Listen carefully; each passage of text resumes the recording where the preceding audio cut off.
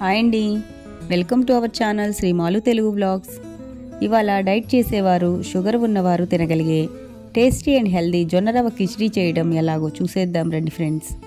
ఇలా జొన్న రవ్వ ప్యాకెట్స్లో షాప్స్లో దొరుకుతుందండి. నేనైతే ఇదే రవ్వను వాడతాను. ముందుగా ఒక గ్లాసులో పావు గ్లాస్ వరకు పెసరపప్పు, పావు గ్లాస్ వరకు పెసలు తీసుకోవాలి. పెసలు లేకపోతే మొత్తం అర గ్లాసు పెసరపప్పు అయినా తీసుకోవచ్చండి. ఒక గ్లాసు జొన్న రవ్వ కూడా ఈ రెండు కలిపి కుక్కర్లో వేసి 2-3 సార్లు మంచినీళ్ళు పోసి జొన్న రవ్వలో పొట్టు అంతా పొయ్యే వరకు కడుక్కోవాలి. జొన్న రవ్వ అంతా శుభ్రంగా కడిగిన తర్వాత 4 గ్లాసుల నీళ్లు ఎసరు పోసి అరగంట పాటు నానబెట్టుకోవాలి.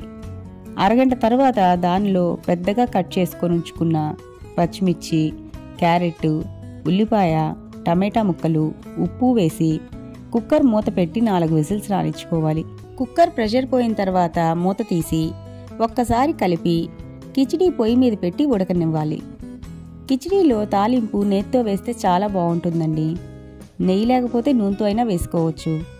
ఇంకా తాలింపు కోసం బాండీలో నెయ్యి వేసి దానిలో జీలకర్ర, ఆవాలు, జీడిపప్పు, ఇంగువ, వెల్లుల్లి రెబ్బలు వేసి తాలింపు వేగిన తర్వాత మిరియాల పొడి, అల్లం ముక్కలు, పచ్చిమిర్చి ముక్కలు, కరివేపాకు, పసుపు వేసి పొయ్యి ఆపేసుకోవాలండి.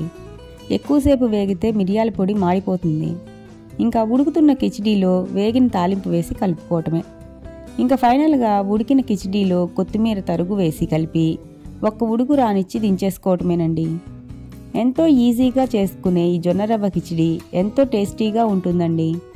పిల్లలు కూడా ఎంతో ఇష్టంగా తింటారు.